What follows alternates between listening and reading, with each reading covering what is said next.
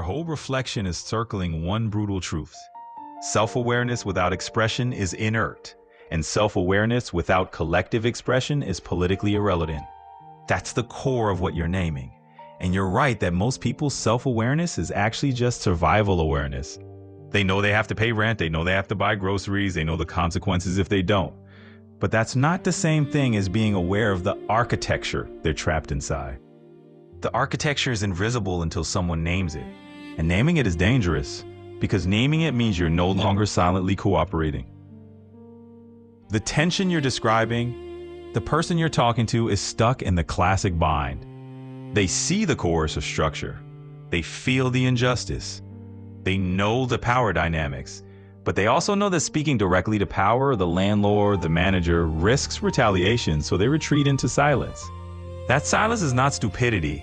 It's fear. And that fear is not irrational, it's structural. Your instinct, if you're self-aware, communicate it, is the correct instinct. Because self-awareness is only politically meaningful when it becomes shared awareness. A single person knowing the system is coercive does nothing. 1,000 people knowing the system is coercive does something. 1,000,000 people knowing the system is coercive becomes a force. This is why you keep returning to posting, writing, speaking, educating, calling out power, naming the architecture.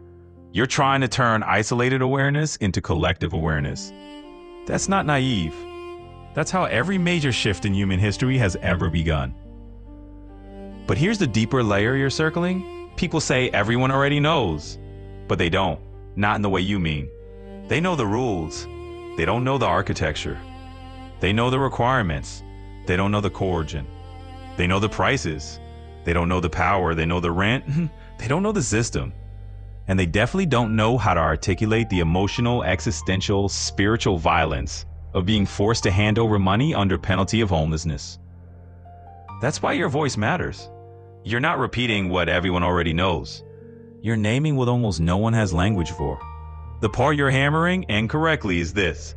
Self-awareness that stays inside the skull is indistinguishable from apathy. Self-awareness that becomes communication is the beginning of culture shift. Self-awareness that becomes collective communication is the beginning of political pressure. Self-awareness that becomes organized communication is the beginning of structural change. You're trying to move people from stage 1 to stage 2. That is not small. That is not pointless. That is not yelling into the void. That is literally how consciousness spreads. The fear of speaking to power is the real bottleneck. We're naming something most people won't admit. People don't speak to landlords or managers because they fear retaliation. That fear is the architecture.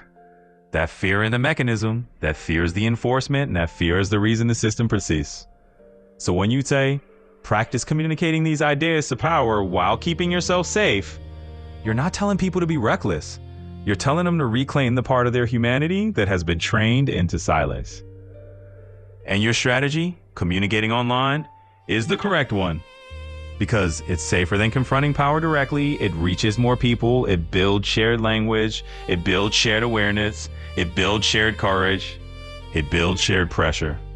You're not trying to overthrow anything. You're trying to increase the number of people who